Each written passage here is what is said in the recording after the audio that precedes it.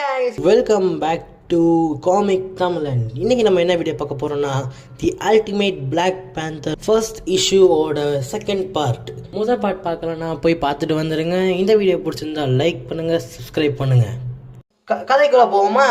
ஓப்பனிங்லயே அவங்களாம் நம்ம ஆளுகளை தாக்கிட்டாங்களா? நீங்க உண்மைதான் சொல்றீங்களா? நாங்க உண்மைதான் சொல்றோம். அது ரொம்ப கடினம் என அரசே.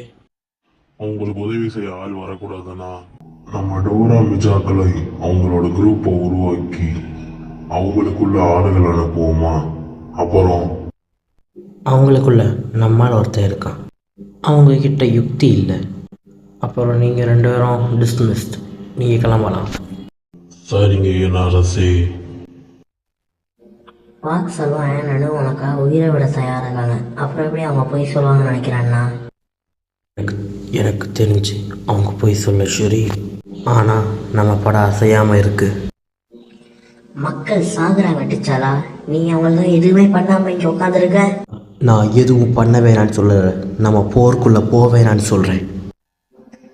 அப்பா செயல்படணும். சரி, எங்கள் அப்பா இங்கே ராஜா கிடையாது. அப்புறம் நான் எதுவும் பண்ணலன்னு நீ சொல்லாத. நமக்கு தகவல் வேணும். அவனுக்கு என்ன வேணும், அவன் எதுக்காக இதெல்லாம் பண்ணுறான் அப்படின்னு தகவலை சேர்த்ததுக்கப்புறம் நம்ம போரை பற்றி யோசிக்கலாம். அப்புறம் காலம் நடக்கும், மக்கள் பாதிக்கப்படுவாங்க. இது நியாயமே கிடையாது. இதுதான் நியாயம். ஒவ்வொரு அடியும் கவனமா எடுத்து வைக்கணும். நம்ம வெளி உலகத்துக்கு தெரியாதவங்க, அது ஒண்ணுதான் நமக்கு நல்லது. எனக்கு புரிஞ்சிருச்சு என் அரசே மற்றும் என் ராணி.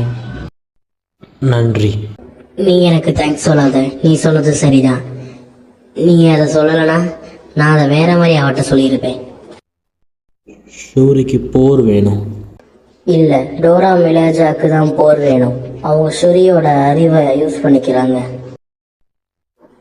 அப்புறம் ஷூரிக்கு உன்னை பிடிக்கும், எனக்கும் உன்னைய பிடிக்கும்.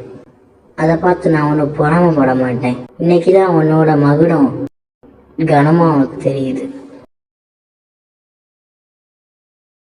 கட் பண்ணி வெஸ்ட் ஆப்பிரிக்காவை காட்டினா ஒரு சின்ன பையன் விளையாண்டுக்கிட்டு இருந்தான். அப்போது